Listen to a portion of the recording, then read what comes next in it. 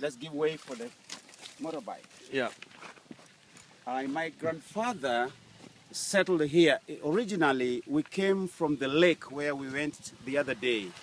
That's where my parents came from. My grandpa, who was a teacher by profession and later became a pastor, came to start the Seventh-day Adventist Church in this region in the early 50s. And when he came as a pastor to start a church where the primary school where I went to now stands, he settled here. He found a generous person who lived here, who also had come from the lake many years ago. And this guy didn't like staying here. He had wanted to move back to the lake.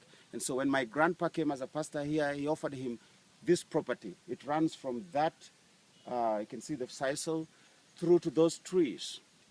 And then my grandma was the only wife to my grandpa. He was a pastor, and then the rule required that they only have one wife. But come 1957, a few years after he had settled here, when my grandma was giving birth to the last born, she died in the hospital and left the baby. The baby survived. The baby is a girl. That is the last born in my father's family. It is a family of 2 boys and 6 girls.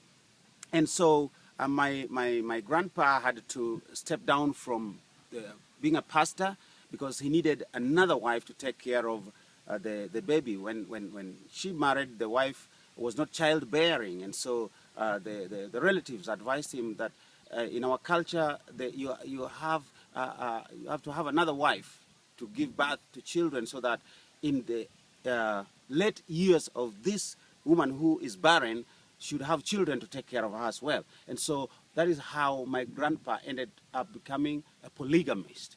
So soon after that, there was another. Unfortunately, this other second wife was barren too, and so these two had to look for, each of the 2 barren women had to look for co-wives. So my grandpa ended up polygamous.